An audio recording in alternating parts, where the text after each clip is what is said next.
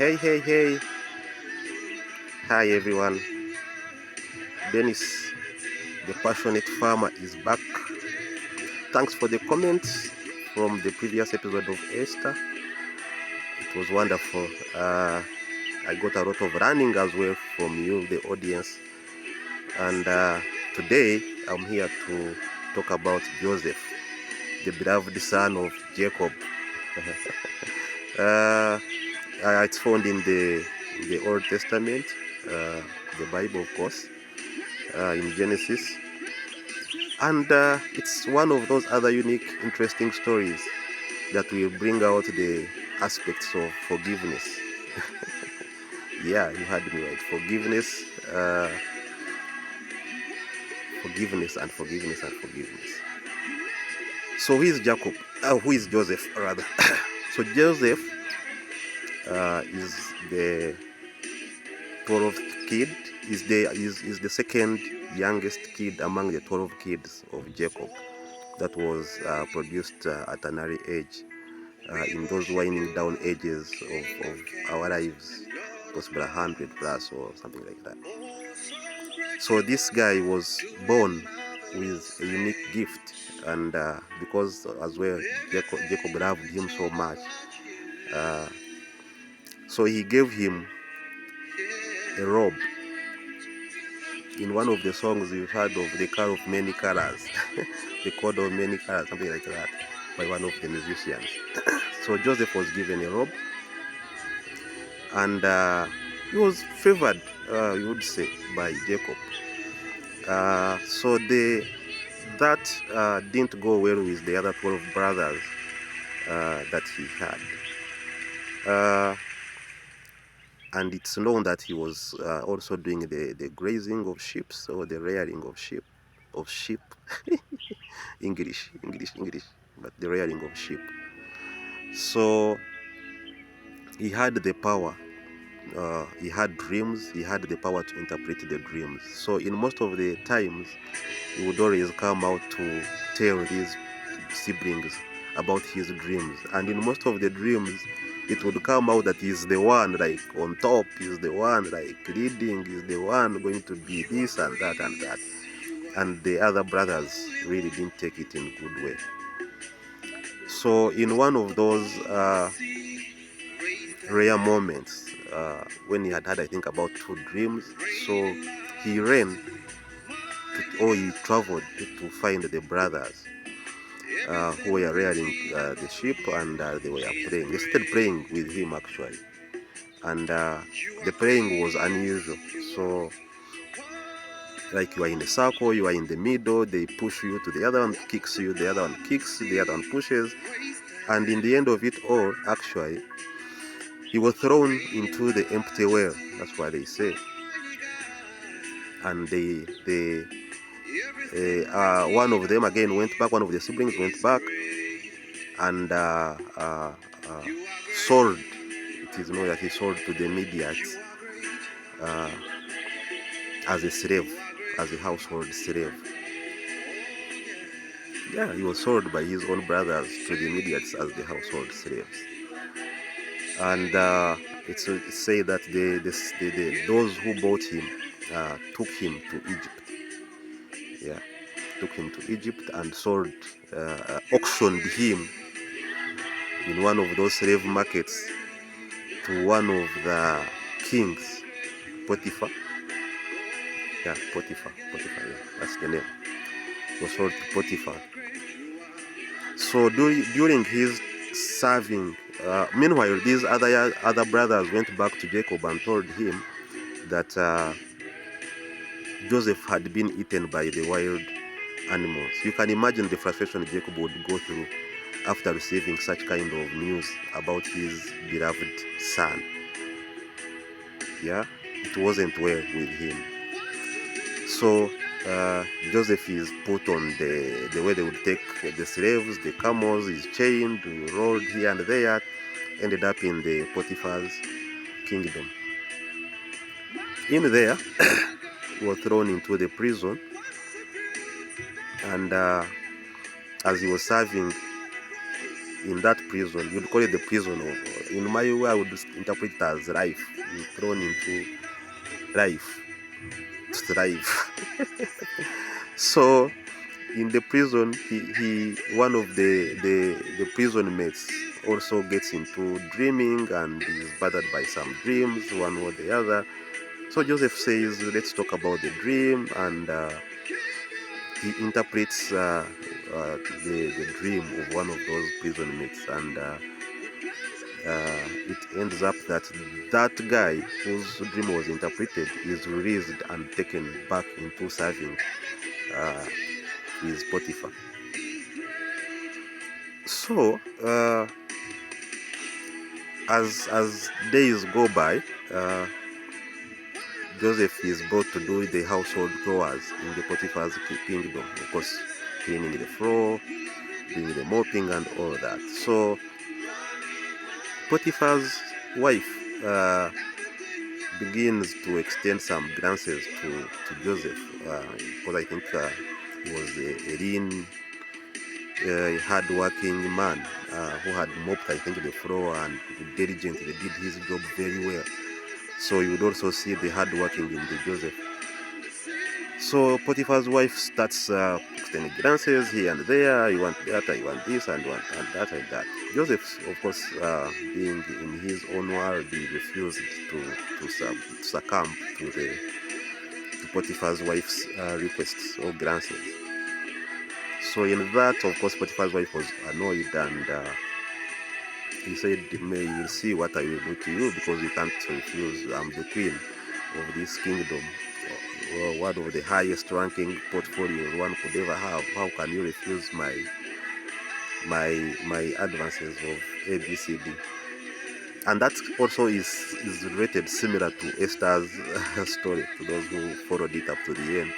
Esther's story with Queen Vashti refusing to succumb to the king's request. So in here, it's Joseph, beloved son, who is a slave, mopping the floor in the kingdom, refusing to do some things that the Potiphar's wife was requesting for. So in hunger, of course, women are good at, I would say, in this circumstance, he played comedy of sorts. So she started doing things, and it ended up like Joseph wanted to rape Potiphar's wife, and that didn't go well with Potiphar, because he was, I think, pulled out of the prison, put into the household chores, and he has started getting some favoritism from Potiphar. Then all of a sudden, he's the one trying to rape the wife. So he was thrown into the prison this time, real good, with heavy punishment.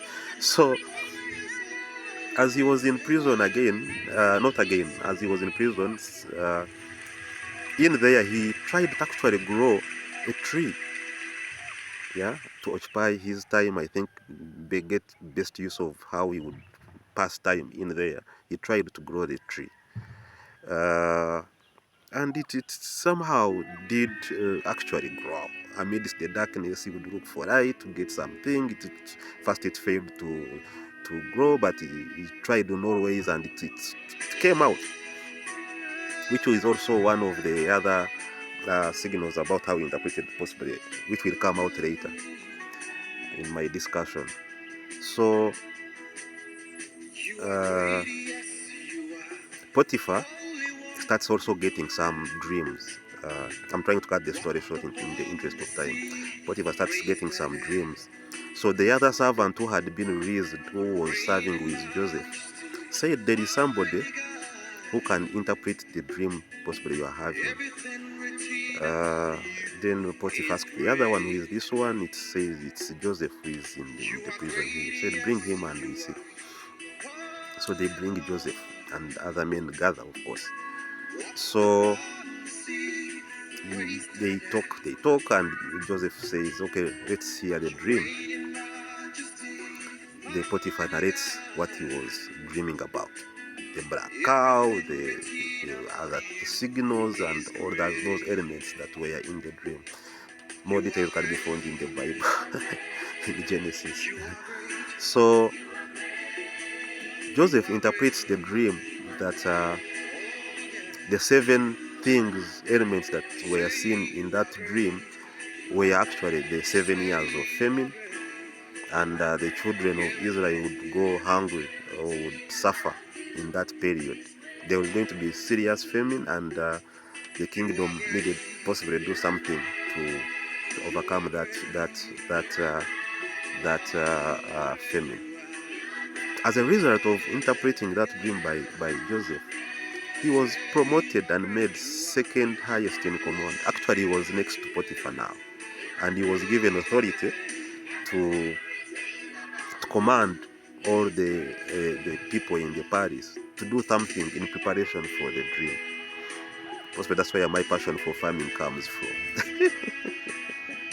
So Joseph had to organize everybody to do farming, and to do farming, to do warehouses, where they would do aggregation of all that the produce that is coming through, the grain, uh,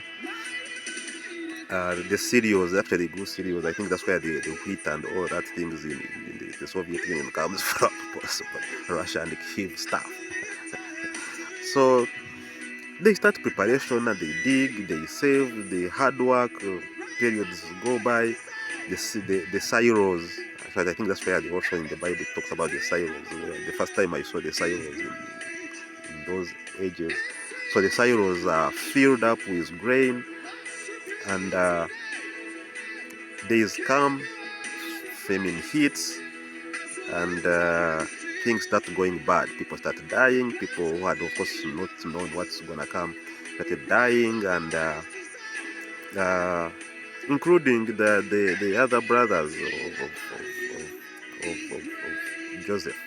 So people were lining up, and he would sign and give at least a kilo or two for survival in that time for everybody in the kingdom. So in giving the food, also the siblings came to look for food. And of course, I think Joseph recognized them, and it is said that he acted like they were spies coming into the kingdom to do spying.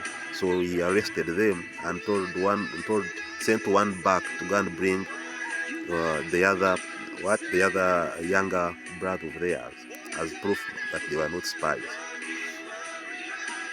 Of course, in that you also understand that people who have risen to high levels will not forget their childhood memories. They always know who they are, they always know where they have come from. But you on the other side who is doing it will not know, or will not remember possibly some things you did, maybe you are doing them out of blah blah blah. Yeah. So in this, Joseph recognized them, and of course these are the people who had thrown him into the pit and sold the slave, took him, all that. It was hunger, he was annoyed with them bitterly, but here he was in second in command, and the brothers are coming to beg for food. Uh, so the other brother, younger brother, is brought. It's called Benjamin. Uh, then he keeps them there for a while as others are getting the food in form of possibly you can call it mental torture or something like that kind. So then they narrate the story of their father, and at the time of death and all that. So possibly the elements of forgiveness starts trickling into Joseph, and at that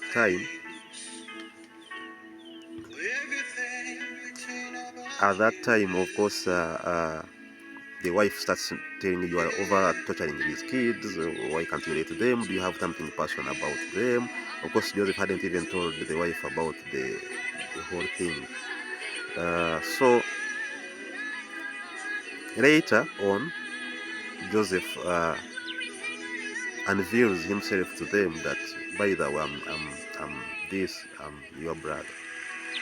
The brothers didn't know how to take it because they had thrown him to die. I mean, they knew he would die, and it was hard. They started begging for forgiveness, begging for mercy. And in that, of course, Joseph said he was in the place of God. There was nothing much anymore, so he wouldn't hold the grudges and the anger against them. So he said, I forgive them. So he retains them into the kingdom. And that's how the Joseph story ends. He retains the brothers into the kingdom who had thrown him into the pit. And in that, I learned that God gives us different gifts depending on where you are seated, or what you are doing. It's upon us to discover what gifts that we have and be able to pay the price. The challenges that come with pursuing your gift amidst all circumstances. Even family members, they would not understand. They would see you in one or the other. Maybe they would be angered like Joseph angered the siblings. Possibly he could be the one even thrown into that pit and sold into the slave and go serve into the prison, which would call the economy, the life. Yeah, you can raise up and be up to the highest command like Joseph did, and you can be the person possibly to rescue the people back home in your communities. Dennis, the passionate farmer. I will be coming back with the parable of talents in the next video. Thanks so much.